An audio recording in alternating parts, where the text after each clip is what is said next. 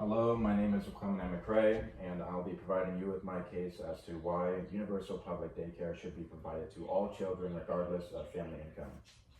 One of the main factors is that the many benefits that come along with the decision, one of the most notable ones being that many mothers and parents would be able to focus on their professional careers.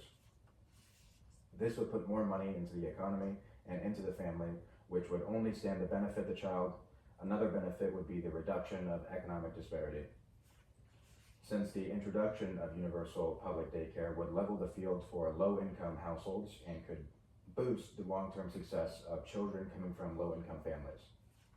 This in turn leads to overall child development across the board, as access to a better and higher learning environment that is not economically draining for the household only stands to benefit the child's development and lead to increased cognitive, social, and emotional development, once again feeding back into the economy, as children raised within these standards are more likely to grow up to be more successful and well-rounded contributing adults.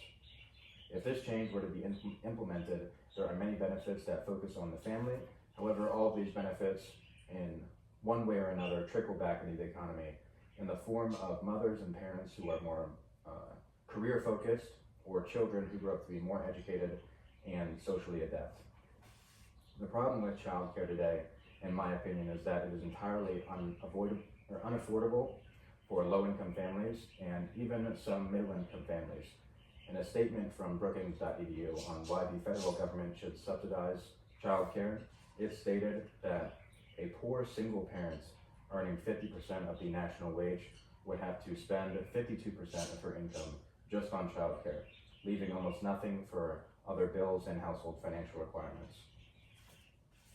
When the children of the next generation aren't given a proper learning environment, the result is deleterious effects for the children of these families, as well as the economy and population as a whole.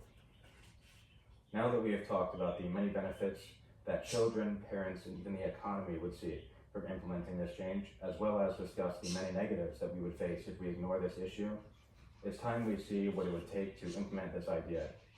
In a 2023 study from Policy Matters, they stated that a single mother in Ohio making $16 an hour makes too much to qualify for government support for childcare, and that is utterly ridiculous. This is the current situation in Ohio, while in Alaska, a family of 3 can make $71,520 annually and still qualify. Not close enough? How about in South Carolina, where a same-size family can make $65,000 and still qualify? These statistics reflect the necessity for universal public daycare. I drew out a quick drawing to represent children and the universal daycares that we would provide, and you can see them being in a better learning environment and the main idea of universal childcare at the top.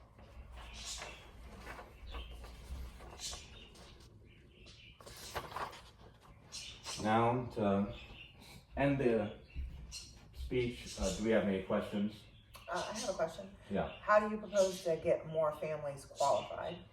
Oh, well, that's a common question that I get often, and I always give the same answer, which is that the main idea for universal childcare is to increase the amount that an average household could make in the form of income, while still qualifying for government support.